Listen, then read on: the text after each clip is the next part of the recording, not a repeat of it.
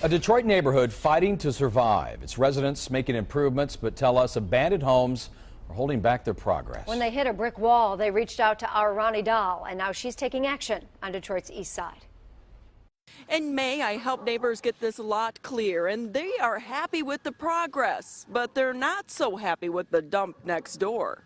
In a city with more than 80,000 vacant structures, it's a familiar story. This next door here is a house that has had drugs stashed. It's been a drug house. Squatters have been here. Scrappers have been here. But Jackie Grant and Susan Newell aren't the type of people to just complain. They raise hell until someone listens and problems get fixed. In May, it was a vacant house a contractor tore down years before, but left the debris behind. And it took your help because it took 2 years to get rid of this demolished house. With the lot cleared and turned into a community art space, the duo shift their focus to the abandoned house next door. Who owns this dump, really? After hours of research and a trip to the Registered of Deeds office, Grant and Newell believe they've traced the ownership to an LLC connected to the Metro Property Group. On their website, they say they're part of the revitalization of Detroit. But in our experience working with them, they're really part of the problem rather than part of the solution.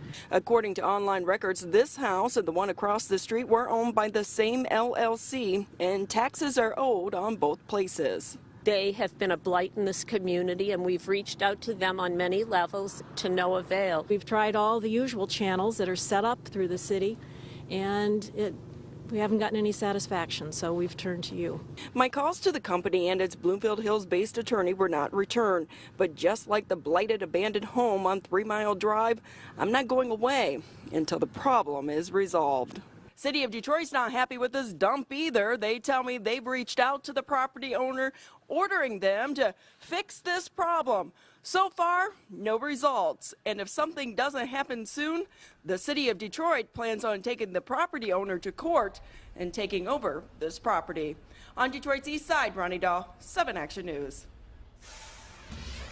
And now to an update. Neighbors fed up with the illegal dumping in their neighborhood reach out to Ronnie DAHL for help. It was last week, you might remember, when she showed us all of those boats abandoned on Arcola Street.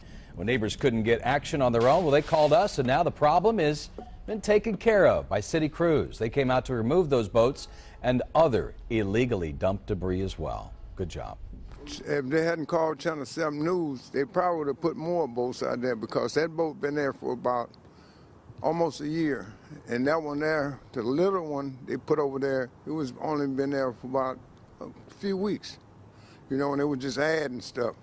It was like a dumpster in there.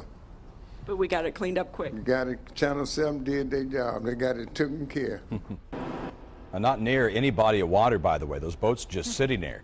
Now that mess has been cleaned up, residents on Arcola, well, they want others to know that they are watching. They plan to patrol that neighborhood to make sure others don't use their space as a dumping ground.